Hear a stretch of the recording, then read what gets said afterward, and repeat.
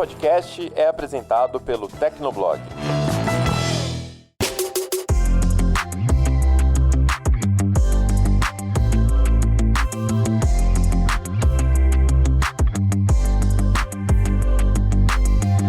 Olá, ouvinte! Seja bem-vindo! Está começando mais um episódio do Tecnocast. Eu sou o Thiago Mobilon. Eu sou o Paulo Riga. E eu sou o Emerson Alecrim. A primeira fase do Open Banking finalmente foi implementada no Brasil. Segundo o Banco Central, o sistema deve ser tão revolucionário para o sistema financeiro quanto a internet foi para as nossas vidas. E a gente já te conta tudo o que muda. No segundo bloco, conversamos com o Ricardo Taveira. Ele é CEO da Quanto, uma fintech que oferece uma plataforma de Open Banking. A gente já começa depois da caixa postal.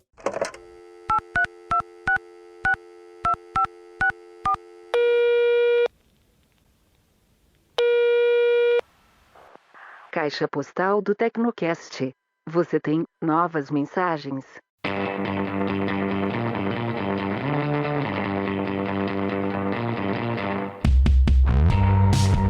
Caixa postal do Tecnocast, se você não quiser acompanhar com a gente, pode pular o episódio para 8 minutos e 2 segundos. Vamos lá, Riga, qual que é a primeira mensagem aí? É do Lucas Ramos, ele é do Rio de Janeiro, tem 22 anos, é estudante de jornalismo e mandou um e-mail para tecnocast@tecnoblog.net dizendo o seguinte: um comentário sobre o Tecnocast 178. Sobre a ideia da falta de um short no segmento de imóveis, me fez pensar que seria benéfico para evitar algumas perdas que ocorreram em 2008. Um exemplo recente que me fez refletir: existe um complexo imobiliário no Rio chamado Ilha Pura, que nada mais é do que a antiga Vila Olímpica de 2016. E na época houve a especulação de que a região onde esses imóveis foram construídos teria um boom imobiliário com alta de valor no terreno. Porém, isso não aconteceu. E hoje tem um excesso de imóveis naquela região, o que derrubou os preços, e a Vila Olímpica até agora só tem em média 15% de ocupação. Uma verdadeira cidade fantasma. Se existisse um short no mercado imobiliário, poderia ter sido feito um estudo a longo prazo e prevenir investimentos nessa região por parte de algumas empresas,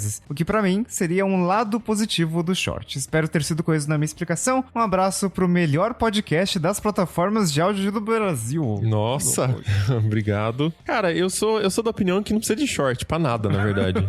Nem pra ação, sabe? Acho que assim, no longo prazo, se você tá investindo em empresa de valor, falando de ações agora, você não precisa se proteger de queda. A sua proteção é a estratégia, longo prazo, rebalanceamento de carteira, selecionar ativos de qualidade, com valor, sem dívida, com lucro crescente, enfim. Essa é a sua proteção. E, na verdade, tem muitos estudos até que provam isso, né? Que quem fica tentando fazer short, quem fica tentando trabalhar com opção, entrar vendido em momentos de crise para ganhar mais grana e tal, é geralmente quem tá rotacionando mais grana e no acumulado aí de 20 anos, 30 anos, você acaba perdendo dinheiro. Então, sei lá, short de imóveis. Por que você vai comprar um imóvel nessa área se você já tá vendo que vai dar desvalorização porque é hype? Então não compra no hype. Acho que assim, é a mesma coisa com ações, né, Riga? A gente não entra em ação porque tá no hype. A gente olha o fundamento. Tem fundamento essa empresa? Tem, então vou comprar. Tudo começa com a especulação, né? Acho que isso vai subir. Acho que isso vai cair. Daí você cria vários mecanismos pra apostar naquela especulação e aí vira essa coisa meio, tipo, no final das contas,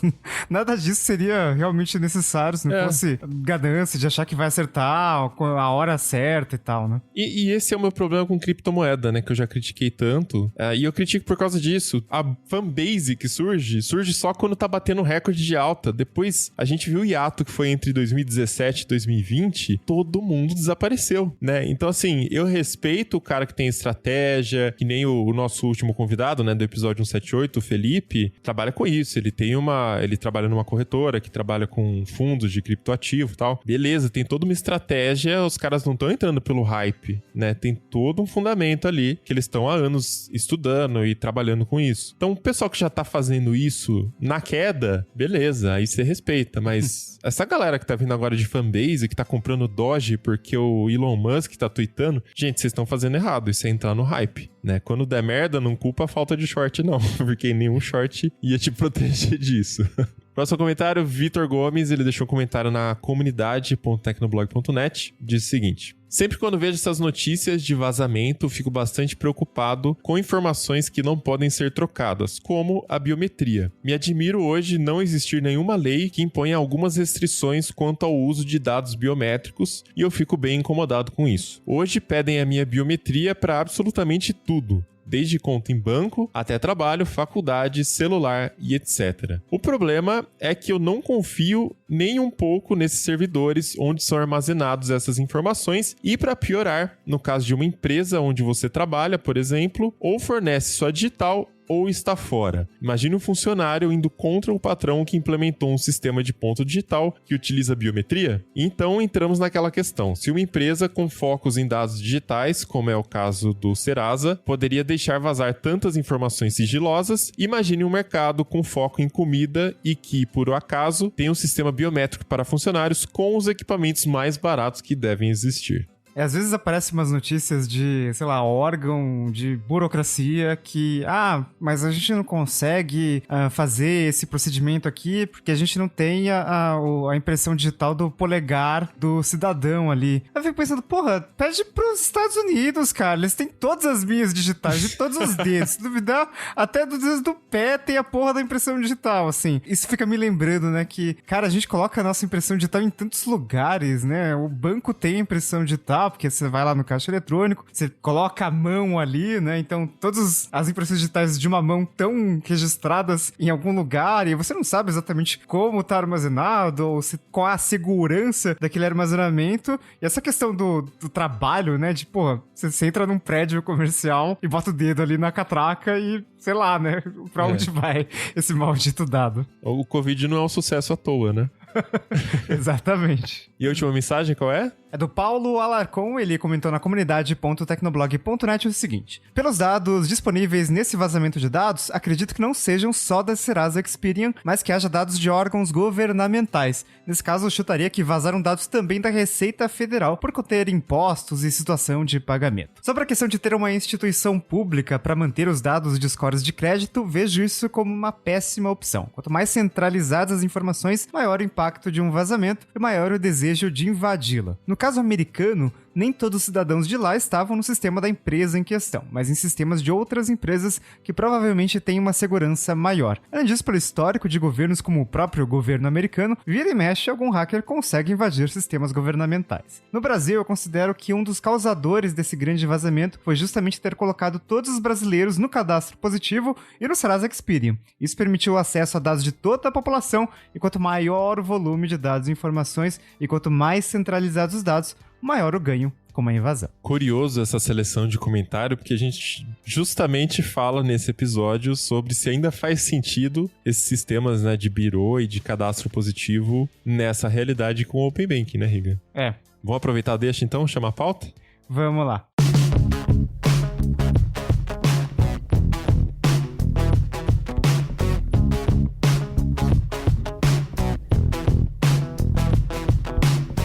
A primeira fase do Open Banking, então, começou a funcionar no Brasil no dia 1º de fevereiro, e o Open Banking tem muita expectativa em cima disso, e o Banco Central usando várias metáforas pra gente entender o que ele significa. Uma delas foi essa, né, que é uma coisa tão revolucionária que vai afetar a nossa vida de tantas formas, tantas quanto a internet afetou também, né? Então eles falam que é até difícil prever tudo que pode mudar no mercado de crédito, de instituições financeiras por conta do Open Banking. Mas pra gente começar a explicação, Alecrim, vale pegar um pouquinho do zero aí, né? O que é o Open Banking de fato? Porque ele não é um produto, né? Não é um produto. Talvez nem um sistema em si. A gente pode pensar no Open Banking como um conjunto de padrões e regras que tornam transações financeiras dos mais diversos tipos mais integradas a diversos serviços, de forma que, para assuntos financeiros, o cliente se torne menos dependente do banco do qual ele tem conta. A gente pode pensar nisso da seguinte forma: o Banco Central entende que o cliente é dono dos seus dados financeiros. Então, se ele é dono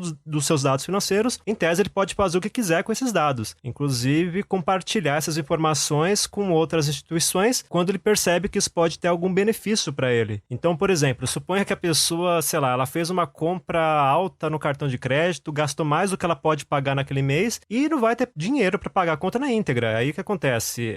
A gente sabe o que acontece quando faz uma dívida alta no cartão, né? Juros altíssimos e tal. taxas e tudo mais, fica uma dívida que pode virar uma bola de neve. Então a pessoa tem a opção, por exemplo, de pegar um empréstimo, que vai, no final das contas, as parcelas desse empréstimo vai sair mais barato, e pagar essa conta do cartão de crédito, porque vai ser uma solução menos pior, digamos assim.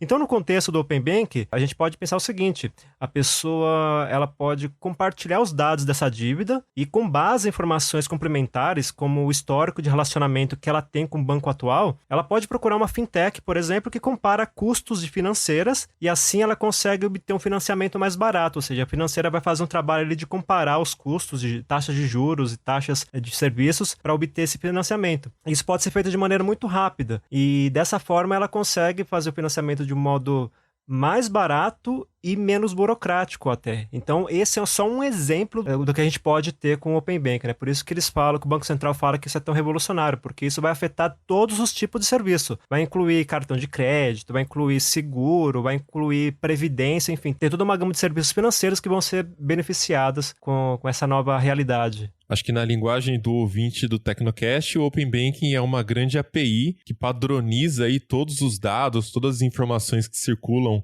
entre instituições financeiras. Na verdade, não entre instituições, ainda nas instituições financeiras, que agora podem ser compartilhadas, mas ele é construído fortemente em cima da LGPD. Então, você manda nos seus dados, com quem você compartilha, da instituição A para B e por quanto tempo você vai compartilhar. Existe até o prazo máximo para você permitir o compartilhamento, né? O prazo máximo de 1 ano. Você pode autorizar que a instituição tenha acesso durante o prazo máximo de 1 ano aos seus dados, mas você pode, sei lá, daqui 2 dias, mudei de ideia, não quero mais, você entra lá e simplesmente desativa uma checkbox ou move ali um botãozinho que a instituição já não tem mais acesso aos seus dados, né? Ela não vai ter acesso ao sistema ali, a API com os seus dados. E isso revoluciona tudo, né? Muda todo o jogo bancário brasileiro, porque a partir de agora surgem novas startups, novas empresas que podem acessar os dados das instituições, elas podem tratar esses dados e te oferecer, por exemplo, um comparativo, né? Comparativo de cartão de crédito, de financiamento imobiliário, de conta corrente, quais têm as melhores condições, tudo isso, né? E você entra lá e faz uma busca e checa qual você gosta mais. Antes esses dados estavam fechados, as instituições não compartilhavam, mas agora eles estão todos no Open Banking e existe essa possibilidade de novos negócios surgindo também. Por enquanto a gente está nessa primeira fase, né, que existe o compartilhamento de dados entre as instituições financeiras, né? Então, por exemplo, um comparativo de taxas de cartão de crédito. Alguma startup já pode fazer algo parecido, né? Porque os bancos, eles podem compartilhar quanto que você cobra de juros no cartão tal. A gente cobra isso aqui, etc. E tem todo um compartilhamento de dados dos bancos, né? Das instituições financeiras entre elas ali. Então essa é a primeira fase. Isso é o que dá para fazer hoje, desde o dia 1º de fevereiro de 2021, né? Teve um adiamento. Originalmente estava previsto para o ano passado, mas finalmente aconteceu. Agora, o que eu acho que vai ser legal, as pessoas vão perceber o que é isso lá para julho, né, 15 de julho, que é quando vai ter a segunda fase. Então, os usuários eles vão poder compartilhar os dados deles, né, tipo, sei lá, as transações do cartão de crédito. Automaticamente ali, você dá o consentimento, né, afinal de contas, agora temos uma lei geral de proteção de dados, que exige consentimento, tem que informar a finalidade daquele dado e tal, mas é uma plataforma meio padronizada ali, de onde você consegue compartilhar alguns dados que facilita, por exemplo, a análise de crédito, né? Então, fica muito mais fácil, por exemplo, sei lá, conseguir um cartão de crédito novo em algum banco no qual você não tem relacionamento nenhum, porque você consegue compartilhar, opa, acho que esse cliente é interessante, né? O banco novo vai pensar, e daí, beleza, você tem esse compartilhamento a partir dessa segunda fase. E nessa fase você pode compartilhar nome, endereço, e-mail e também os dados financeiros, né, como o Riga citou, enquanto na primeira fase são só dados de produtos das empresas, no máximo agência, os serviços que elas prestam, né, das instituições financeiras. Mas na fase 2 já começa a acontecer a mágica mais visível para o usuário final, né? Então, por exemplo, quando você vai comprar, sei lá, uma meia numa loja do shopping e a mulher fica te alugando, enchendo o saco para você fazer o cartão de crédito, se você quiser fazer de fato, né, não vou julgar, você não precisaria fazer todo aquele processo burocrático de, né, passar nome, passar isso, passar aquilo.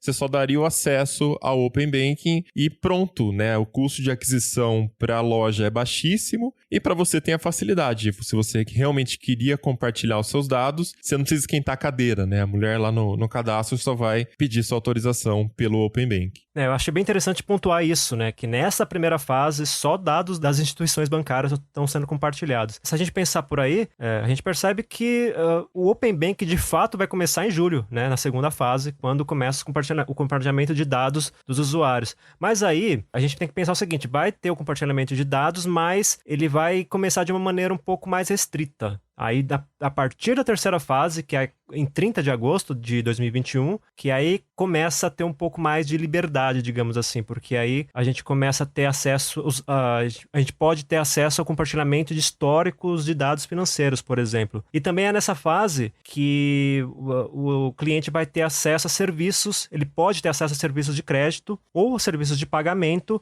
orientados pelo Open Banking. Então, por exemplo, a gente vê hoje muita gente fazendo compras a partir do Instagram. A pessoa vai lá, monta uma lojinha no Instagram e faz a venda por ali. Só que aí o pagamento, ela vai coordenar ali por trás, né? Não é muito trivial. Com o Open Banking, fica fácil, por exemplo, uma empresa implementar uma solução de pagamento que permite a pessoa ir lá no perfil do Instagram, ela, sei lá, viu um vestido lá, um sapato, um tênis, alguma coisa do tipo, comprou e por ali mesmo ela começa a fazer o pagamento. Mas como aquele perfil dela, a conta dela, está integrada à conta bancária, graças ao Open Banking, ali sem sair do chat ou da rede social, ela consegue fazer o pagamento descontando da conta corrente dela. Ela não precisa entrar no aplicativo do banco para fazer esse pagamento. Tudo acontece por meio das APIs, né, que a gente falou que é o que vai ser a base de compartilhamento de informações do Open Banking. E isso já começa na terceira fase. E depois, né, pro final do ano, dia 15 de dezembro, é aí que fica completo de vez, né? Porque é quando os dados de vários produtos ou serviços financeiros poderão ser compartilhados. E aí entram operações de câmbio, investimentos, seguros e previdência privada, por exemplo. Você imagina que você tem lá uma conta numa corretora de ações e você, de repente, viu uma oportunidade. Nossa, eu vou comprar esses papéis aqui, mas você olha lá no saldo da sua conta e não tem dinheiro. E aí, pela lógica atual, você tem que fazer um TED, tem que fazer, sei lá, um Pix para transferir para sua conta e depois você faz lá o pagamento, né, da compra dessas ações. Com o Open Banking já vai ser mais direto. Você viu lá os papéis que te interessam e você fala, nossa, eu vou comprar agora. Ali na hora que você aperta o botão de compra, automaticamente, graças ao Open Banking, a corretora consegue fazer o débito, né, cobrar o valor da ação direto na sua conta corrente ou na sua conta poupança, enfim. Então, você vê que a coisa é escalada, né, progressiva, justamente para que todos os bancos e fintechs e financeiras, etc., possam se habituar com esse novo sistema, possam se adaptar a ele e também, e principalmente nós, né, nas condições de usuários, a gente possa aceitar melhor essa ideia, porque no início tudo que é novo dá um certo medo, né, então por enquanto a gente olha com uma certa desconfiança, mas à medida que a coisa vai avançando de uma maneira consistente, fica mais fácil assimilar a ideia. Então essa é a ideia do Banco Central. E a gente olha com uma certa desconfiança, até porque não parece algo intuitivo você ter os maiores bancos ali entrando também no Open Banking. Então, os maiores bancos públicos e privados e várias instituições, por exemplo, maquininhas de cartão de crédito, estão dentro do Open Banking. Então, esses vários agentes vão poder compartilhar informações entre si e a gente sabe que quem é grande pode ter muito a perder, mas quem é pequeno pode ter muito a ganhar. Então, não parece muito lógico, às vezes, você vê um Bradesco, um Itaú entrando nisso, mas vai acontecer, pelo menos essa é a expectativa. Espero que aumente a competitividade, que facilite novas empresas, talvez oferecendo crédito mais barato, né? Então, tomara que as avaliações de crédito sejam mais justas. Vamos esperar. O Riga falou, né, que os grandes bancos estão entrando, né, no Open Banking e que o grande tem muito a perder. Eu tenho uma opinião aqui, né, eu acho que os grandes bancos têm apanhado muito nos últimos anos por conta das fintechs, né, elas vêm trazendo tecnologias e facilidades que para os bancões está sendo bastante difícil acompanhar com a velocidade que a tecnologia evolui, é muito rápido. E o bancão ali tem toda uma burocracia para quebrar, toda uma mentalidade de bancão também que precisa ser desfeita. Muitos sistemas feitos em COBOL, né, pra dar conta e tal. É complicado, a gente entende também. Então eu fico pensando se o Open Banking, de certa forma, também não vai ajudar o bancão, né? Porque ele terceiriza um pouquinho também a responsabilidade da tecnologia a partir do momento que você pode usar qualquer provedor, qualquer startup você pode usar como provedor de tecnologia. E aí você usaria o bancão só para os serviços e os produtos. E eu acho que nessa parte de serviço e produto, o bancão tem muito mais gordura para queimar do que o banco descolado, né? O banco novo. Ele já tem uma base de clientes muito grande, ele já tem uma gama de produtos muito grande e tá certo também que ele ainda cobra caro em muita coisa porque é muito cômodo, né? Ele existe há muito tempo e ganha dinheiro com aquilo. O dilema da Kodak, né? Mas a partir do momento que a tecnologia chega através do Open Banking, da API do Open Banking, o bancão muitas vezes vai poder se descolar um pouco dessa necessidade de fazer o melhor aplicativo e tudo mais e passar a ganhar mais competindo com os produtos, né? Às vezes ele consegue ter ofertas melhores ali do que o dos bancos que estão começando também. Se a gente pensar, por exemplo, na questão do crédito, obviamente que um banco maior, um banco realmente grande, vai ter mais condições de oferecer crédito barato na comparação com uma financeira, por exemplo, que é de menor porte. E a gente tem que levar em conta também a estrutura que os bancos grandes têm por trás. A gente está num cenário em que, apesar do número de agências bancárias, agências físicas estarem diminuindo em todos os bancos, mas no fundo ainda é uma estrutura da qual muitos brasileiros estão dependentes. O Open Banking não vai conseguir mudar isso magicamente, né? Ou pelo menos não imediatamente. Então, os bancos eles vão conseguir ter essa base deles como uma reserva de segurança, sabe? Eles não vão perder uma base significativa de clientes por causa do Open Banking, porque eles têm toda uma clientela que ainda depende dos serviços físicos, por assim dizer. Por outro lado, aí eles começam a se preocupar mais com esse cliente novo, ou seja, e esse público ele é muito mais adepto da tecnologia, então naturalmente a gente pode prever que esse público vai abraçar todos os serviços baseados no Open Banking com muito mais facilidade. E aí que eles começam a olhar para o Open Banking com mais cuidado, né? Eles vão certamente investir não só em tecnologia, eles têm mais dinheiro para investir em tecnologia, mas eu vejo eles tratando isso de uma maneira marqueteira muito agressiva. Talvez apartam para um comportamento comum de empresas grandes, que é adquirir empresas pequenas, né, ou investir em empresas pequenas, fintechs que estão desenvolvendo tecnologias específicas, por exemplo, e vão usar isso para se manter por dentro desse novo cenário, né? Eu não vejo o Open Banking, na verdade, como uma ameaça ao modelo de negócio deles, né? Eu vejo eles com uma facilidade muito grande de se adaptar ao Open Banking, mas, obviamente, que com a concorrência muito mais forte, porque uma grande vantagem do Open Banking é que, assim, você não precisa ser uma instituição muito grande para participar desse sistema. Pode ter altos e baixos, mas de modo geral vai ser uma coisa assim que do tipo ganha-ganha, todo mundo sai ganhando. Pelo menos é a visão que eu tô tendo por enquanto sobre isso. Eu acho que assim, a inovação é inevitável, né? A digitalização ia acontecer de qualquer forma, já estava acontecendo, e a gente já estava vendo nas notícias, né? Bancão aí apanhando demais para fintech, tendo que reinventar serviços, tendo que reinventar produtos, então isso já estava acontecendo. Então a chegada do Open Banking, da ótica do bancão, até ajuda, porque ele ia ter que fazer isso in-house, e agora que surgiu a API, que tá tudo nivelado, todo mundo vai beber da mesma fonte, né? Começa a facilitar, você tem novos players que podem entrar e oferecer esse serviço, ou enfim, os bancões também vão poder utilizar essa concorrência para se inspirar e se inovar. E é óbvio que eu não tô aqui para defender bancão, né? A gente tá aqui para defender a competição. E eu acho que isso que traz são as principais vantagens da implementação do Open Banking, né? Já nessa primeira fase, com esse compartilhamento de dados das instituições financeiras, né? Os produtos agora estão todos cadastrados lá no sistema do Banco Central. Então agora a gente tem que esperar o mercado absorver isso e começar a lançar produtos. E assim, a API tá lá no site. Você pode entrar no site do Banco Central, consultar o link lá de developers e começar a estudar a API e tentar lançar uma startup, um produto próprio, tá?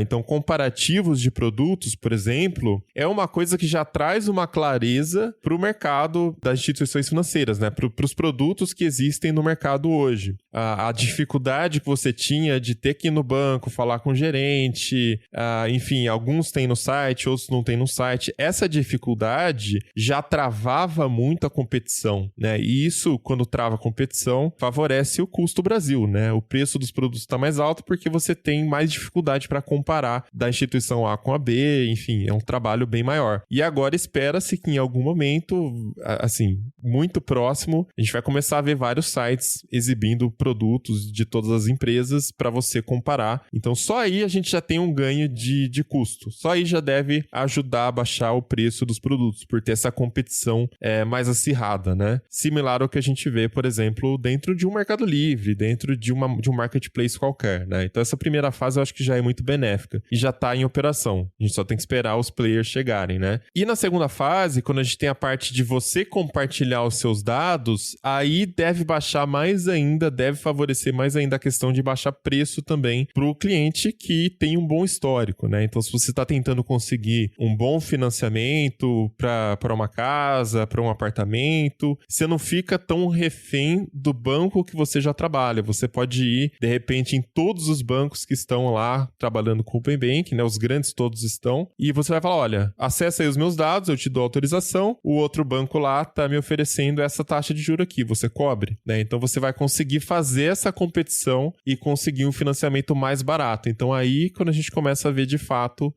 isso não só beneficiando as pessoas diretamente, mas também promovendo até um aquecimento em atividade econômica, né? Porque a partir do momento que as pessoas conseguem empréstimo mais barato, produtos mais acessíveis, é dinheiro circulando, são produtos sendo consumidos, imóveis, enfim. Aí favorece todo o país, né? A gente pode pensar de uma maneira até um pouco mais prática. Por exemplo, se a gente pega o mercado de cartão de crédito. O mercado de cartão de crédito é bastante movimentado hoje porque vários players surgiram focados nesse produto. Mas, por exemplo, ainda é muito comum que você vá num banco grande, num banco tradicional e fala, olha, eu quero um cartão de crédito com um limite de X. E aí o banco fala, olha, mas a nossa análise aqui do seu histórico, das suas transações, não permite que você tenha esse valor que você quer. Aí você argumenta, olha, mas no banco Y eu tenho esse limite que eu tô querendo. Aí a gerente fala para você, olha, faz o seguinte, traz então uma fatura do banco Y e aí a gente vê se realmente esse valor que você está querendo é oferecido por eles, então se for, a gente cobre. E já aconteceu isso comigo, faz muito tempo, coisa de 6, 7 anos atrás, mas já aconteceu. E aí eu fui lá, entreguei a fatura do cartão de crédito e o banco entregou o limite que eu queria. Observa bem, essa é uma operação de compartilhamento de dados. Eu peguei um dado que estava no banco e passei para outro. É muito comum, por exemplo, que se você vai pedir um crédito para comprar, sei lá, financiar uma casa ou financiar um carro, o banco vai pedir vários documentos, vai pedir extrato de imposto de renda, vai pedir extrato bancário, enfim, isso já acontece de certa forma. Só que agora com o Open Banking isso vai ser automatizado, né? Vai ser uma coisa de você abrir o seu aplicativo lá e apertar um botão e o negócio ir de maneira instantânea. Então ele vai ser mais rápido e também vai ser mais padronizado. Essa que é a questão, porque se é padronizado, qualquer instituição autorizada pelo Banco Central vai poder participar disso. Ou seja, não vai ter alguma coisa que é obscura, que só vai ter uma relação entre bancos específicos. Vai ser uma coisa entre mercado, né? E a partir daí, se você começar a pensar, aí você vai ver que, olha, realmente dá para surgir muita coisa aí a partir disso. Por exemplo, citando a questão do microcrédito. A gente que mora em capitais não imagina que isso é muito comum, mas tem comunidades rurais, tem bairros de periferia, de favelas, por exemplo, acho que em Paraisópolis tem um programa de microcrédito, e geralmente esses créditos não são oferecidos por bancos, porque pro banco não interessa, porque a taxa de juros ali cobrada é muito baixa. Mas aí se isso começa a expandir de uma forma mais automatizada, ou seja, pode estar ao alcance de número maior de pessoas, de repente os bancos começam a se interessar por isso também, sabe? Então começa uma coisa a mover a outra, sabe? É como se fosse uma engrenagem que vai movimentando outra e outra e outra, o negócio vai escalando, né? E entra a questão do risco também nesse exemplo que você deu, né, claro. Alecrim? A questão do risco é o seguinte, a taxa de juros, ela tende a ser compatível com o risco que o banco acha que existe na operação. Qual é o risco do banco não recuperar aquele dinheiro, de você não pagar o empréstimo, né? Então, a ideia é, se o banco acha que o risco é muito baixo, que você vai honrar com os pagamentos, então ele consegue te oferecer uma taxa de juros mais baixa. Não dá para ele chegar e oferecer na canetada uma taxa de juros baixa, falar assim, não, ofereça taxa de juros X. Que daí o banco vai falar assim, olha, então para mim não vale a pena, porque eu acho que o risco não se paga, entende? Eu acho que para mim eu precisava de tanto de juros para pagar o risco que eu vou correr nessa operação aqui. Então a relação risco-retorno está sempre muito casada ali. E é esse o problema que a gente resolve quando você consegue transferir seu histórico. Não é porque você é de baixa renda que você não honra suas contas. Você pode ser de baixa renda e ser super regrado, entende? Esse é o ponto. Mas a partir do momento que você tem esse histórico e mostra para o banco, para qualquer instituição, uma startup que seja, a startup tem a confiança, tem a clareza, porque ela tá vendo que você é uma pessoa regrada. O que te define não é onde você mora, quais bens você tem, não é nada disso. É ver o seu histórico, né? Então acho que isso democratiza bastante também o acesso a crédito para todo mundo. Porque, por exemplo, o exemplo que eu dei do banco, que você vai lá e pede o financiamento, eles pedem um monte de documentos, quando eles pedem o extrato do imposto de renda, ou o extrato da conta bancária, o seu olerite, ele tá querendo saber se você tem capacidade de pagar realmente, né? O gerente, ele tá querendo uma comprovação documentada de que você realmente tem mais chances de pagar e menos chances de cometer calote, né? Ele vai fazer uma avaliação de risco. Obviamente que o sistema ali do banco vai fazer, mas tudo começa com o gerente. Então agora a coisa começa a ser de uma maneira mais automática, mais imediata. Você começa a pensar, você vai ver que vai avançar de uma maneira muito ampla. Por exemplo, hoje qualquer pessoa que vai alugar um imóvel, alugar uma casa, um escritório, alguma coisa, sabe da dificuldade, né? Porque você tem que pagar, às vezes, um seguro, tem que pagar um adiantamento. Eu sei de lugares que pedem 3 meses de aluguel adiantado. Se você, de repente, consegue, pelo seu histórico bancário, provar que você é um bom pagador, eventualmente, essas exigências iniciais para contratar o aluguel de um imóvel vão cair, né? E isso pode cair por meio de uma fintech especializada em aluguéis de imóveis, que hoje já tem aos montes por aí. E se você pensar bem, uma empresa do tipo não é um banco, não é uma financeira, não é uma empresa do setor financeiro em si, mas é uma empresa que está ligada a isso, e ela, graças ao Open Bank, ela pode oferecer esse tipo de serviço, pode oferecer esse tipo de facilidade, e isso vai surgir em vários ramos, né? Então, por isso que o Banco Central fala que o Open Bank vai ser tão revolucionário, porque ele não vai mexer só com serviços bancários especificamente. Ele vai mexer com toda a cadeia de serviços que, de alguma forma, se beneficiam do sistema financeiro. Obviamente que isso não é imediato, né? Vai surgindo de maneira progressiva. Mas à medida que vai surgindo e as pessoas vão observando os benefícios e também os problemas vão sendo apurados e aí corrigidos, a coisa vai escalando de uma maneira até natural, né? A ponto de daqui a, sei lá, eu imagino que daqui a uns 5 anos a gente já vai ter muita coisa avançada nesse sentido.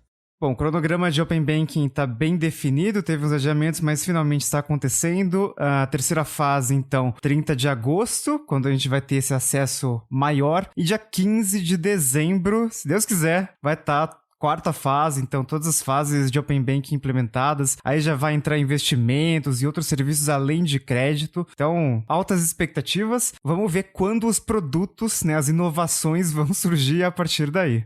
O próprio Banco Central já falou que deve demorar aí vários meses, vários anos, né? Até o mercado absorver, até a iniciativa privada ter ideias de como usar essa API, né? Mas o importante é que a estrutura está pronta e aí começam a surgir iniciativas com base nesses dados. E para conversar sobre isso especificamente, a gente traz agora um papo com o Ricardo Taveira. Ele é CEO da Quanto, que é justamente uma fintech que oferece uma plataforma de Open Banking.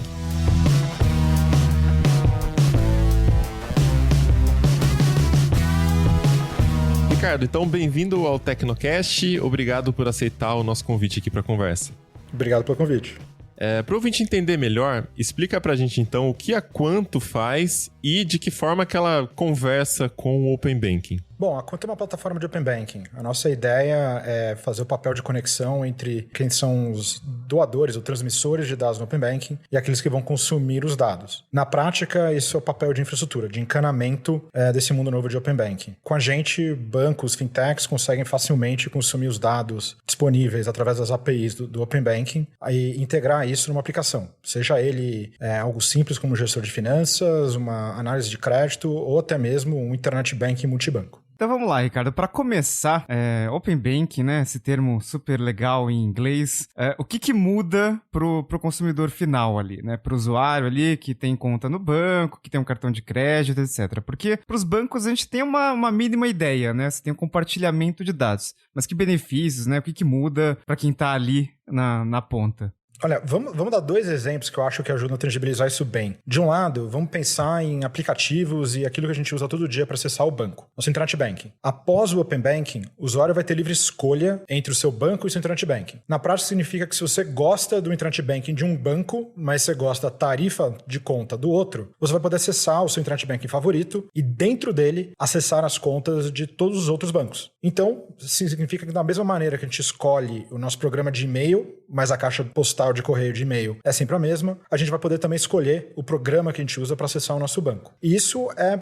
do ponto de vista de usuário. Mas do ponto de vista de mercado, de economia, a gente vai ver um impacto muito grande por exemplo, na tomada de crédito, o quão fácil que é você, por exemplo, solicitar crédito de vários bancos. Percebe que isso, em grande parte, você é privilegiado pelo seu banco atual e os outros bancos têm uma dificuldade em te aprovar para crédito. E com o Open Banking, isso deixa de ser um problema. Você consegue levar os seus dados para lá e para cá com facilidade. E aí, com isso, você vai ver uma taxa de aprovação de crédito, por exemplo, muito maior, porque agora o seu banco consegue analisar o seu histórico de crédito independentemente do seu banco. E aí, no longo prazo, a gente espera, com isso, a taxa de juros média da economia vai cair, competitividade subir. Agora, eu lembro que há muito tempo eu usava um aplicativo de gerenciamento financeiro e ele se conectava com o meu banco, mas era um negócio muito na base da gambiarra, né? Porque eu tinha que falar agência, conta, aí colocar minha senha do Internet Banking, daí ele autorizava e sabe-se lá como ele puxava os dados da minha conta. O Open Banking, ele padroniza isso? Isso. Então, isso se torna, ao invés de você utilizar um método, como você colocou, né? Talvez não tão intuitivo. Acho que as pessoas têm medo até, né? De colocar a senha ali e tal. É um negócio meio estranho, né? Você dá a senha do seu banco. Olha, eu vou comentar uma coisa que a gente já viu experimentalmente, na prática. Então, esse tipo de conexão, por exemplo, ele é uma conexão típica pré-Open Banking. E aí tem 2 pontos que eu acho que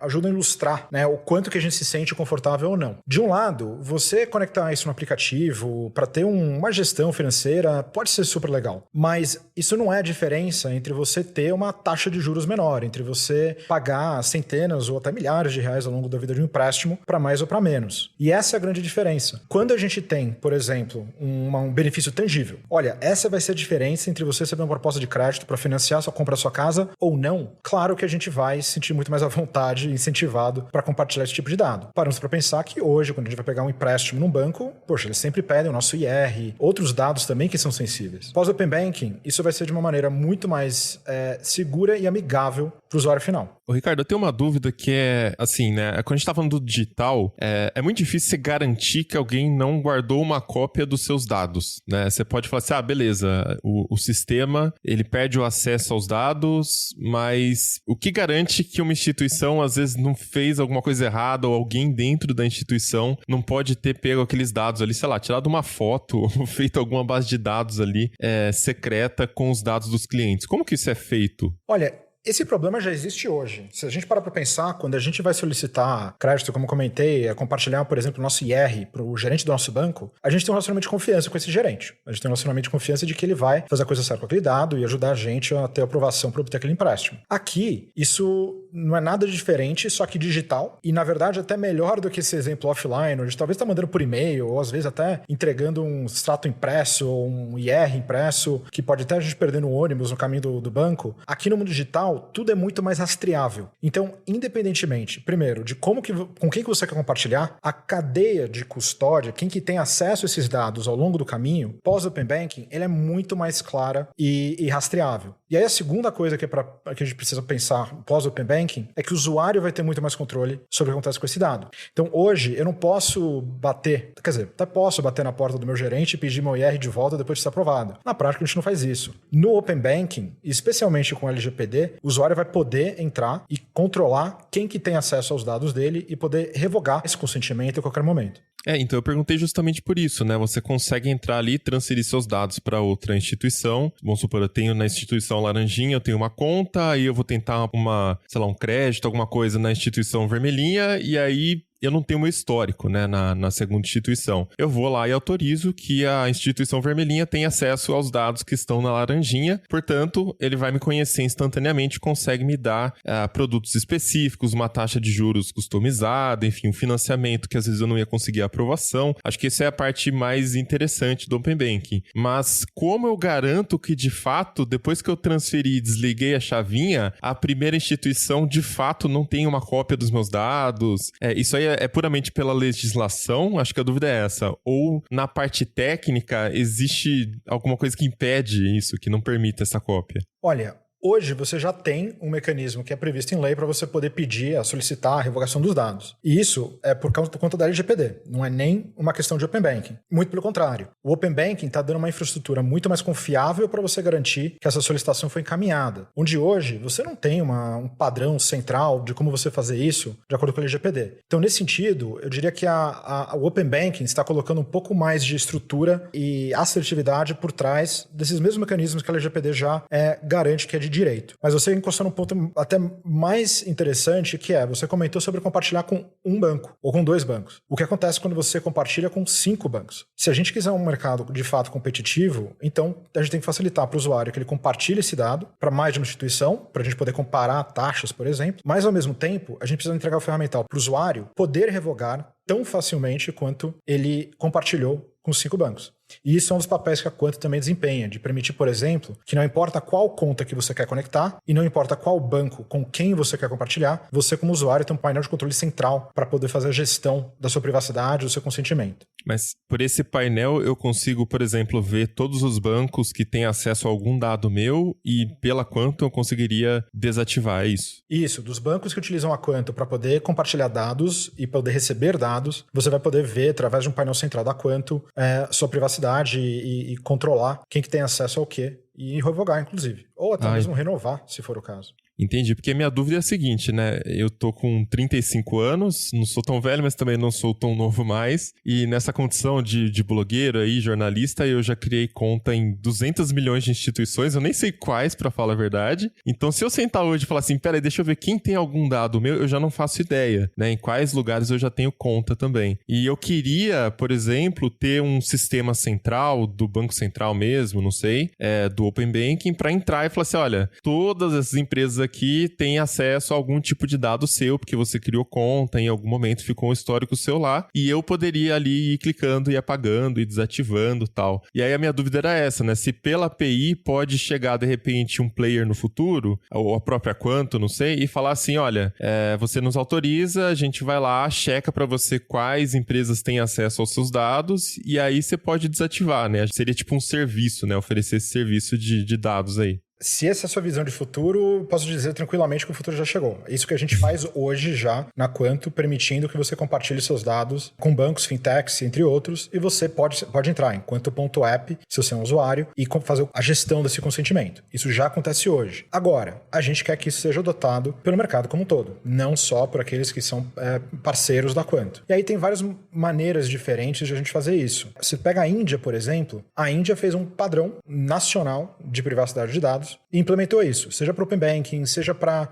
seus dados de seguro de saúde, seja para o seu IR, por exemplo. Nos Estados Unidos, em compensação, não fizeram isso, não tem um padrão central. Mas tem uma empresa que acabou dominando esse setor e faz isso já para mais de 30% de todas as contas correntes americanas que já estão dentro de uma conexão de Open Banking hoje. Então, acho que tem vários modelos. Eu posso ficar tranquilo ou tranquilizar a audiência que realmente, de fato, a gente vai ter esse mecanismo de uma maneira ou de outra no Brasil, seja pelo Banco Central, seja pela iniciativa privada. Existe a possibilidade, ainda que remota, de acontecer o contrário, ou seja, de um cliente tentar compartilhar um dado, os dados bancários dele, e o banco, por alguma razão, tentar segurar esses dados? Eu faço essa pergunta com base em um caso que eu vi de uma pessoa que tentou fazer portabilidade de crédito, e aí o banco de origem deu uma segurada, deu uma enrolada lá, né, para não perder o cliente, né? Mas no final das contas ele conseguiu porque, né, isso tá padronizado no Banco Central e tudo mais. Existe algum mecanismo no Open Banking para evitar esse tipo de situação? Seja técnico ou mesmo da própria lei, né, das próprias regras? Pois é, aí é onde entra aquelas coisas particulares e curiosas do Brasil. Porque, tecnicamente, a obrigação do banco compartilhar seus dados, inclusive os de cadastro, com uma outra instituição,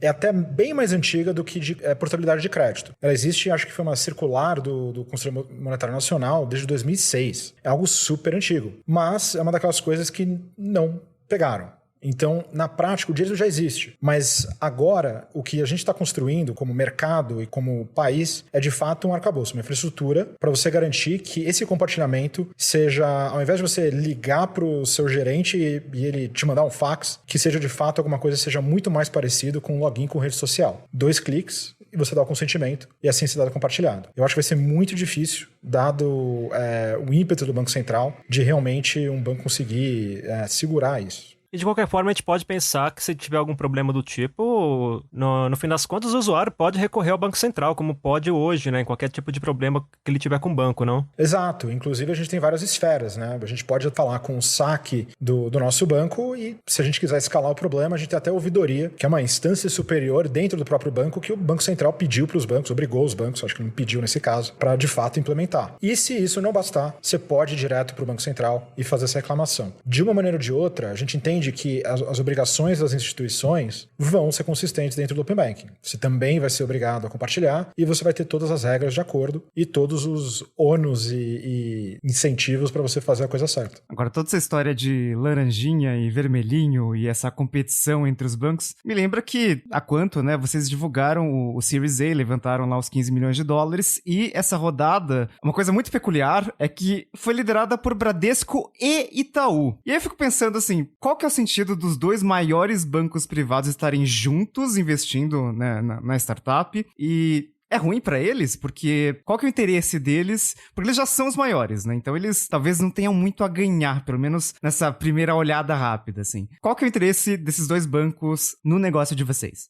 Olha, eu diria que é o mesmo interesse que a Kazakh, por exemplo, que é um fundo que investiu na gente na mesma rodada, que hoje é um dos maiores acionistas do Nubank. Na prática, a ideia é que o Open Banking vai promover uma mudança no mercado financeiro e aí cada um vai ter a sua estratégia para atuar nesse novo ambiente. E isso pode ser uma estratégia de ataque, de pegar os seus produtos na prateleira, por exemplo, de um banco que tem uma grande vantagem de crédito e tentar colocar esse produto em novos canais. Ou pode ser uma estratégia de defesa, onde eu tenho já uma base de dezenas de milhões de clientes e eu, na verdade, quero rentabilizar esse cliente melhor, pegando produtos das melhores prateleiras e distribuindo para esse cliente. Aqui não tem nada de novo nessas estratégias. A diferença é que com o Open Banking, isso tem muito mais azeite nessas engrenagens. Vai ser muito mais fácil você poder fazer essa parceria e distribuição, mas o ponto é que você tem a escolha, seja como banco e seja como usuário. E tendo escolha, no fim, o usuário ganha. Então, eu fico pensando, me corrija até se eu estiver errado, tá? Mas eu fico pensando que, assim, até hoje, até o dia 1º de fevereiro, a tecnologia estava sendo um grande diferencial nos bancos, né? Quem chega primeiro no aplicativo, quem chega primeiro no atendimento digital, quem faz a conta digital, a aprovação de conta muito rápida e tal. E, de repente, o que o Banco Central está fazendo é padronizando tudo, né? Os dados, o sistema, a API, é tudo padronizado. E, a partir de agora, o que vale, de fato, são os produtos. Né? Então, basicamente, a gente está vendo surgir um marketplace de produtos financeiros que você pode ali montar o seu próprio banco, né? Nas palavras do próprio time lá do Banco Central. Então, eu posso ter ali dentro do aplicativo, sei lá, da Quanto, eu não sei se a Quanto vai fazer tudo isso de cara, mas vamos supor um aplicativo tipo da Quanto, você pode ter ali uma corretora X para uma coisa, você pode ter uma conta corrente no banco Y que te oferece um benefício, mas o seu cheque está em outro banco, né? Enfim, fica tudo fragmentado e você monta de acordo com o que você prefere. Então, são produtos. Então, olhando por essa ótica, o que eu queria te perguntar é, a tecnologia deixa de ser um pouquinho diferencial para as instituições financeiras, né? Eu acho que agora, a partir de agora, o foco é muito mais nos produtos e serviços que ela oferece e na capacidade que elas vão ter de competir, né? De oferecer, por exemplo, juros mais baixos de financiamento ou de oferecer cheque para quem elas não ofereciam antes porque não sabia do histórico da pessoa. Enfim, todos esses produtos que ela pode ofertar de qualquer lugar. Então, nesse ponto de vista, a Quanto chega quase que como um marketplace e todo mundo pode ofertar ali dentro várias coisas. Então, é um ganha-ganha também, né? É uma ótima pergunta e acho que isso ajuda a ilustrar muito bem o que é de fato o papel da Quanto. Porque o que você está comentando é, poxa, eu quero poder contratar o produto independentemente de qual a interface. Essa interface vai ser de quem? Na prática, pós-Open Banking, pode ser do seu banco atual, ou pode ser de um novo banco. O desafio é que o novo banco, ele não é um banco de fato, ele é um aplicativo. E aí, conseguindo montar só um aplicativo que vai acessar uma camada de APIs relativamente fácil, isso não é nada diferente do desafio que hoje eu tenho se eu quiser montar um aplicativo que abre uma câmera, tira uma foto e envia para o meu amigo. É uma questão de eu sentar e programar, né, entendendo que você tem essa padronização facilitando esse trabalho. E aí, se a gente quiser puxar uma analogia para o mundo de investimentos que a gente conhece hoje, você tem exatamente esse mecanismo de acesso. Você tem a sua corretora, que é a sua interface, para N número de produtos financeiros, inclusive fornecidos por terceiros, fornecidos por outras empresas que não são essa corretora. Esse é exatamente a arquitetura que a gente vai ver pós-Open Banking. Só que ao invés de aplicado ao mundo de investimentos, você vai ver isso aplicado ao banco como um todo. E aí o papel da Quanto nesse sentido, ele talvez não seja marketplace no sentido atual da palavra, mas sim no sentido bem antigo. A Quanto nesse sentido é mais parecida com a bolsa de valores do que necessariamente, né, um marketplace onde a gente vai entrar e comparar. A Quanto acaba desempenhando o papel de encanamento, mas com papel para o usuário final, que é muito importante, de ser o gestor central de consentimento para ele. E esse elemento central de confiança, a gente entende, consegue ser um catalisador e bom catalisador para a adoção do Open Banking. Eu achei muito legal o exemplo que você deu do e-mail, né? Então, é isso que eu tô na cabeça também. Porque muitas vezes o ouvinte, sei lá, ele gosta mais do Outlook, porque o Outlook, por exemplo, fornece mais espaço de armazenamento e algum recurso lá que o Gmail não oferece. Mas ele prefere a interface do Gmail, os filtros do Gmail, a usabilidade do Gmail. Então, o Open Banking seria isso, né? Você consegue usar, combinar o melhor dos dois. Enquanto o armazenamento do Outlook seria um produto financeiro com condições melhores e o Gmail, a interface do Gmail, seria um aplicativo de banco que é melhor, né? Vamos dizer assim, um banco muito antigo, que ainda tem um aplicativo meio ruim, que você não gosta, você pode usar um aplicativo bom, mas aproveitar os produtos do banco mais antigo, se os produtos forem melhor para você. Exatamente essa analogia, eu acho que é bem intuitivo para a gente entender. E uma coisa curiosa é que, no caso que você está comentando, uma empresa como a Google oferecendo o Gmail, elas desempenham esses dois papéis. Ele é tanto o produto, então a gente tem o nosso @gmail.com, mas se eu quiser, posso conectar minha conta, que seja de Hotmail, UOL, quem é que seja, também para acessar via essa interface do Gmail. Esses dois papéis que hoje também se encontram dentro do nosso banco, eles vão se separar. Eu vou conseguir, de fato, acessar minha caixa postal de acordo com o programa que eu quiser. Ricardo, a gente está falando do Open Banking dentro do universo dos bancos. Naturalmente, também já vai pensar nisso com relação a fintechs, financeiras, etc. Mas a gente também pode pensar no surgimento de novos serviços. Por exemplo, no ano passado, o WhatsApp tentou, né, o WhatsApp Pagamentos tentou emplacar no Brasil, aí teve um problema lá com o CAD, que achou que não era a hora certa e tudo mais. Mas se a gente olhar, por exemplo, para a China, a gente vê que o WeChat é muito popular para pagamentos, não só para mensagens instantâneas, né? Ele é um serviço, uma ferramenta completa de soluções digitais, que inclui pagamento. Você acha que com o Open Banking finalmente a gente vai ter esse cenário no Brasil? Não só com relação ao WhatsApp. Eu acho que o WhatsApp seria o personagem principal porque é muito conhecido aqui, mas eventualmente com outros serviços que relativamente populares, até o Instagram, o Telegram, por exemplo, ou as redes sociais, incluindo aí agora o Instagram, o Facebook, Messenger, etc. Eu acho que isso não é nem só uma esperança. Acho que isso é uma coisa que o Banco Central está, inclusive, construindo uma nova instituição regulada para poder desempenhar esse papel, que ele está designando de iniciador de transação de pagamento, ou ITP. E essa instituição, ela não detém contas. Ela simplesmente tem o direito de acessar essas APIs de Open Banking ou do Pix para poder desempenhar esse papel de acesso, de aplicação. Então, a ideia de que o WhatsApp possa, por exemplo, entrar na sua conta bancária mediante sua autorização e comandar direto um pagamento, uma transferência, sem que você tenha que entrar no aplicativo do seu banco, não é uma esperança. É de fato o que está acontecendo e o Banco Central já criou esse novo tipo de instituição. E claro, isso não precisa se restringir ao WhatsApp. A gente pode imaginar facilmente que eu possa entrar, por exemplo, num site de e-commerce e pós-Open Banking, se eu quiser, no checkout, não usar meu cartão de crédito, talvez queira contratar uma nova linha de crédito, eu posso facilmente compartilhar meus dados com vários bancos, eles podem me oferecer crédito, eu posso contratar no ato, né? O e-commerce já comanda uma transferência dessa nova linha de crédito para fazer a liquidação da transação. Isso não depende de muito esforço, considerando que o Banco Central já está colocando na norma do Open Banking. Claro que você tem alguns desafios, que eu já espero que a Quanto consiga atuar para facilitar essa transação. Eu tenho uma teoria da conspiração, porque eu acho que... Será que existe um Open Banking paralelo? hoje em dia, porque tem gente que mesmo sem nome sujo, não consegue cartão de crédito, não consegue financiamento de alguma coisa em qualquer lugar. Parece que todas as portas estão fechadas. E quem tem uma boa relação com algum bancão, por exemplo, consegue crédito fácil em qualquer outro lugar. É alguma bruxaria? Os bancos já fazem algo parecido com isso por trás, assim? A bruxaria chama SCR, né?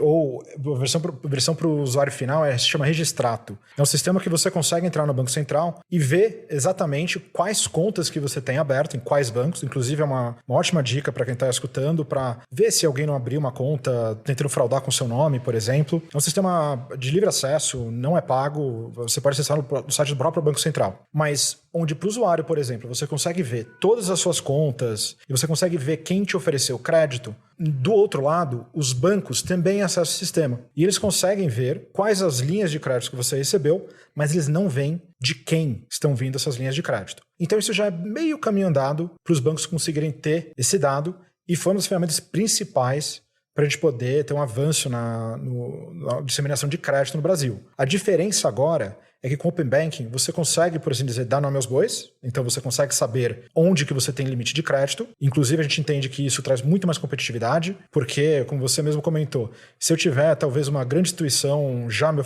ofertando crédito, a outra talvez tenha um pouco de dor de cotovelo e queira cobrir essa oferta. Mas o ponto principal é que, a partir de agora, isso ocorre sempre com consentimento expresso do usuário. Então você tem muito mais controle como usuário final de como que esse dado é compartilhado. E, novamente, você pode revogar a qualquer momento. Mas com isso, a gente entende que os bancos têm, da mesma maneira que eles têm muito mais dados, eles também têm uma pressãozinha competitiva muito maior. E esse sistema me lembra um outro ponto também, Ricardo, que é o papel dos birôs de crédito, né? A gente acabou de passar aí por um grande vazamento de dados, o maior da história do Brasil, e existe essa suspeita, né, de que pode ter saído de um birô de crédito, e aí tem também a questão do cadastro positivo. E todos esses pontos servem, de certa forma, para ajudar as instituições financeiras, né, a fazer essa análise de crédito do cliente, ver se ele é um bom pagador. Inclusive, é uma das principais reclamações, né, dos banqueiros sobre o Custo Brasil,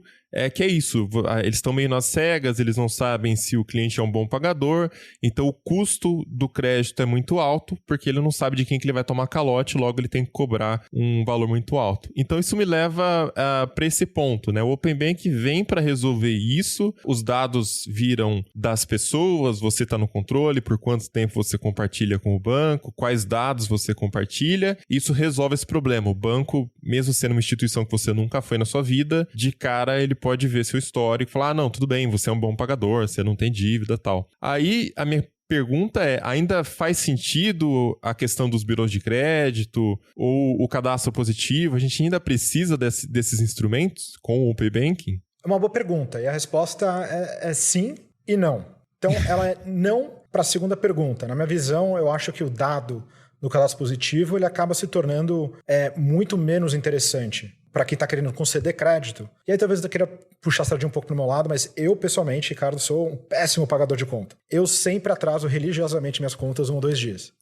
E aí você pode dizer que o meu cadastro positivo vai ser péssimo. Mas, na prática, quando o banco vê o meu extrato, talvez até descubra que eu sou o melhor cliente que ele quer ter, porque eu sempre pago minhas contas, mas sempre atrasado, então eu acabo pagando aquela multinha. Então, de um lado, o dado do Open Banking, ele é um dado aferido. Eu estou vendo o que está acontecendo e mais do que isso, eu estou vendo o dado em tempo real, o que me ajuda, como credor, até mesmo a trabalhar com o meu usuário antes de ele deixar de pagar a conta. Pode ser que, por exemplo, ele detecte que a minha renda está flutuando um pouco mais.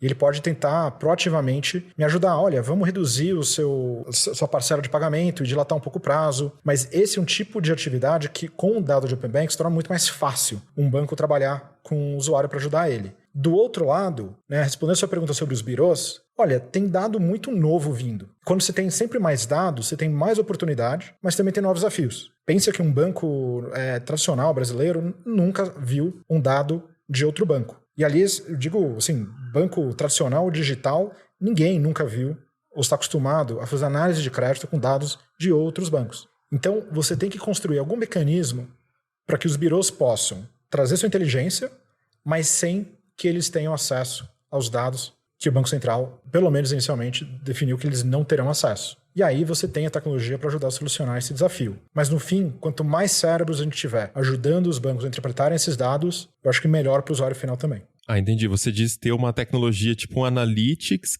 porque, beleza, agora a gente tem acesso a uma quantidade massiva de dados, mas não basta ter acesso, você precisa tratar, categorizar, organizar, traçar perfil, e essa parte de inteligência vai ser aí um novo mercado se formando, pode vir dos birôs, pode vir de novos players também, que acessam esses dados com o consentimento do usuário, né? E aí fazem essa análise, né? Se dá pra confiar ou não. Não é só olhar numa tela e ver, beleza, ele não pagou a conta mês passado, ele não é um bom pagador. Precisa fazer toda uma interpretação também, né? Assim, para o bem do meu crédito, eu espero que sim. Eu espero que seja exatamente isso que aconteça, né? Como um assíduo atrasador de boletos. Mas, na prática, é exatamente isso. Eu acho que a gente precisa ter uma infraestrutura de tecnologia para poder ajudar cada um a desempenhar esse papel. E, novamente, resguardando a privacidade do usuário. Eu acho que, na conta de ter uma solução para fazer isso, nós estamos trabalhando em parceria com alguns birôs, mas preservando esse direito e essa obrigação de que os birôs não deveriam ter acesso ao dado do cliente no ambiente regulado de Open Banking. A única questão que fica é que parece que com a novidade do Open Banking, as soluções que a gente já tinha até hoje, né, tipo cadastro positivo, eles ficam bem arcaicos, né? A LGPD acabou de ser aprovada, você controla os seus dados, o time do Banco Central falou bastante na live, né, que o Open Banking, ele é construído completamente em cima da LGPD, né, e o pessoal que já ouviu o Tecnocast sobre LGPD já deve ter sacado também, porque a gente tá falando, né, o usuário controla quem acessa seu dado, por quanto tempo ele acessa, então assim, casa perfeitamente na teoria com a LGPD, mas o cadastro positivo é completamente o contrário, né, os bancos têm acesso aos dados, você tem opt-out, você não tem opt-in. Você pode falar, não quero mais, mas o banco tem acesso já. E o interessante da questão do cadastro positivo nesse sentido é que, de fato, você já está contribuindo para o cadastro positivo até que você fale não. E no caso do Open Banking é o contrário. O dado é muito mais rico, você tem um poder preditivo muito mais alto, mas quer saber? O incentivo para o usuário final compartilhar esse dado tem que ser muito claro, muito maior, à altura da oportunidade que vem com esse dado. E aí, novamente, a gente vai ver novas entidades, novas empresas e até atores estabelecidos conseguindo entregar a solução para esse desafio. E no final, o usuário ganha com crédito mais barato, aplicativos melhores e as mesmas outras vantagens que a gente já tem escutado do próprio Banco Central. Mas ainda assim, Open Banking é uma coisa meio nova, né? A gente tem poucos países no mundo que implementaram, acho que o Reino Unido é o mais conhecido deles, e nesses países, nesses locais em que já tem uma discussão, ou pelo menos o começo de implantação, o que trouxe de vantagem aí? O que teve de novidade para as pessoas? É interessante a gente distinguir entre o que é Open Banking como força de lei ou atuação regulatória, onde o Banco Central está impondo, versus as pessoas de fato adotarem isso. Porque quando a gente escuta falar de Open Banking, a gente escuta bastante do case do Reino Unido, da Europa, né? Escuta siglas como PSD2. E na prática, o maior mercado de Open Banking nem é regulado. É os Estados Unidos. E nos Estados Unidos, por conta de um problema talvez oposto ao nosso, que eles têm mais de 3 mil bancos diferentes atuando, eles tiveram outro desafio muito maior, que é, com o mercado mais fragmentado, você naturalmente tem a necessidade de capturar dados, porque o seu cliente tipicamente não está vindo do seu banco. E aí uma única empresa, por exemplo, através de uma iniciativa privada, sem nenhuma ajuda do regulador, conseguiu, prestando um serviço para isso, conectar mais de 30% de todas as contas correntes americanas na sua plataforma. E isso é ajudando aplicativos, ajudando credores, ajudando você a financiar a sua casa, e aí o financiador pedindo acesso à sua conta para poder fazer uma análise de crédito melhor. Então, mesmo num país onde você não tem uma imposição do regulador, você já conseguiu um resultado como esse. Agora, claro, no Brasil a gente está fazendo com a ajuda do regulador e com isso a gente resolve muitas das dores de cabeça que a gente teria que ajustar na tentativa e erro. Então é isso, vamos chegando ao final de mais um episódio do Tecnocast. E aí, conta pra gente qual é a parte do Open Banking que você tá mais empolgado. Manda o seu comentário lá na comunidade.tecnoblog.net ou pelo Twitter, é só usar a hashtag Tecnocast. Se quiser continuar o papo com a gente nas redes sociais, em todas elas eu sou @mobilon, @Paulo Riga e @ealecrim. Este episódio vai ficando por aqui, a gente volta com outro semana que vem. Até lá! Tchau! Falou!